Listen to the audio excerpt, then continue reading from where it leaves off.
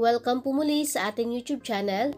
For today's video ay gagawa tayo nitong napakasarap na torta. Kaya sa mga nag-request po na gumawa tayo dito, eto na po yung inaantay nyo. Kaya wag na nating patatagalin yan. Tara, umpisahan na po natin. Dito sa ating bowl, ilagay lang natin yung ating sugar, egg, yung ating milk at saka yung ating water. Pwede rin pong purong water or purong milk yung gagamitin nyo. Sunod na rin natin yung ating oil. Then naglagay din ako dito ng isang large na orange zest. Ayan, yung skin part lang yung tatanggalin natin, guys. I-grate lang natin. Then piniga ko yung kalahati ng ating orange. Pwede rin po yung royal orange or yung Fanta. Pwede nyo siyang ipalit sa inyong water, guys. Imbis na water, yun yung gagamitin nyo. Basta kung same amount lang din. Then, ayan, i-mix na natin ng mga 1 minute hanggang sa ma-dissolve lang yung ating sugar. Then, isift na natin or salain na natin yung ating mga dry ingredients dito sa ating bowl. Unahin natin yung ating third class flour. Ayan, kung wala po kayong third class flour, pwede po kayong gumamit ng cake flour or all-purpose flour. Nilagay ko na rin yung iba pa nating dry ingredients, yung baking powder, baking soda, ayan yung salt, yung ating instant yeast, at saka yung ating powder milk. Kung napapansin nyo po, lagi ako naglalagay ng powder milk sa aking mga tinapay or kahit sa aking mga cakes, naglalagay talaga ako kasi mas malinamnam talaga siya kapag nilagyan natin siya ng powder milk. Then, ayan guys, kapag nalagay na natin yung ating mga dry ingredients, hahaluin lang natin ito hanggang sa magiging smooth lang siya at tulad na tayong nakikita mga lumps ng flour dito sa ating mixing bowl. Huwag din po natin siyang i-overmix kasi naglagay po tayo dito ng yeast.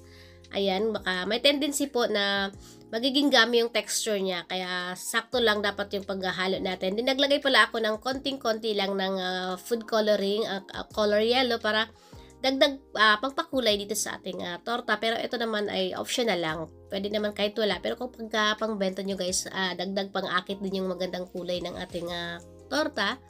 Then ayan, kapag smooth na yung ating mixture, pwede na ito, ilagay na natin siya ngayon dito sa ating ensaymada molder or mamon molder. Naglagay ako dito ng liner din. Marami dito na sa Shopee guys na bibili itong mga mamon liner. Then, ayun, maglagay lang tayo ng mga 3/4 lang dito sa ating lalagyan. Ang size pala ng molder ko dito guys ay 5 inches. Then, dito po pwede nyo siya lagyan ng twist. Pwede kayo maglagay ng iba't ibang toppings sa ibabaw. Pwedeng cheese, pwedeng raisins. Ayan, ito yung nilagay ko dito guys. At saka yun, nilagyan ko rin siya ng almonds yung iba. Nasa inyo naman po yun kung gusto nyo i-level up yung inyong torta. Pero yung natikman ko talaga dati na masarap na torta guys, yung plain lang at saka yung may raisins na toppings. Then, ay, nilipat ko lang siya dito sa mas malaking baking tray kasi hindi siya nagkasya doon sa mas maliit. Dito sa recipe na ito, makagawa tayo dito ng 1 dosena or 1 dozen na torta. Then, ito yung gagawin natin last, guys. Ayan. Meron tayong cake scraper dito. Dinip ko lang siya sa oil. Then, lagyan natin siya ng mark sa gitna.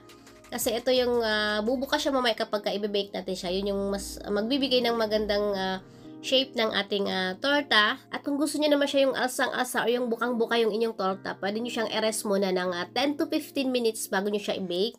Then ngayon naman i-bake na natin ito sa ating naka-preheat na oven ng 170 degrees Celsius ng 25 to 30 minutes hanggang sa mag-golden brown lang yung ibabaw ng ating torta. Ito na yung ating torta after natin siyang mabake. Then, ibabrush lang natin siya ngayon ng melted butter para mas lalong masarap at moist, malinamnam yung ating torta. Pwede rin po kayo mag-sprinkle ng sugar sa ibabaw after nyo siyang lagyan ng butter. Pero ako, sakto na ito guys. Ayan, masarap na siya kahit wala siyang sugar. Pero yung nakikita kong ibang torta, nilalagyan nila ng sugar, pwede rin po yun.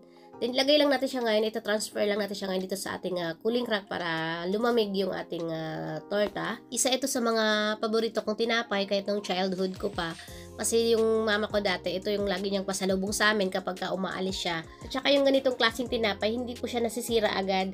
Kasi dati wala pang ref. Ayan, nilalagay lang namin siya sa yung mga lata ng biscuit. Ayan, doon lang namin siya nilalagay. At saka habang tumatagal, lalo siyang nagiging moist. Titikman na natin ngayon yung ating napakasarap na torta. Ayan, itsura pa lang, nakakatakam na siya. Gusto ko yung ganitong klaseng torta, yung medyo toasted yung sa ibabaw. Pwede nyo naman, kung gusto nyo mas toasted pa, tatagalan nyo pa, mag-add lang kayo ng mga 3 to 4 minutes ng baking time. Again po, kung gusto nyo mas alsang-alsa talaga yung inyong torta, pwede nyo i-rest muna na mga 10 to 15 minutes bago nyo siya i-bake para bukang-buka talaga siya. Pero sa atin dito guys, nagmamadali tayo kaya okay na itong ganito. Masarap naman yung ating torta. Then ayan, napakalambot niya. Yung ibabaw medyo toasted din na, yung loob naman ay napaka-soft at saka moist ng ating torta. Ayan, baka may mang-bash na naman dyan. May nagko-comment kasi na lagi ko na sinasabi na moist, soft. Eh, totoo naman guys, ano bang sasabihin ko? Dahil yun naman, nakikita nyo naman kung gaano ka-moist yung ating mga binibakes. Pero no hate guys, ayan, love-love lang tayo para happy lahat. Ayan, kita-kits po tayo ulit sa aking susunod pang mga videos. Maraming salamat po sa inyong panonood. Mag-iingat po tayo palagi.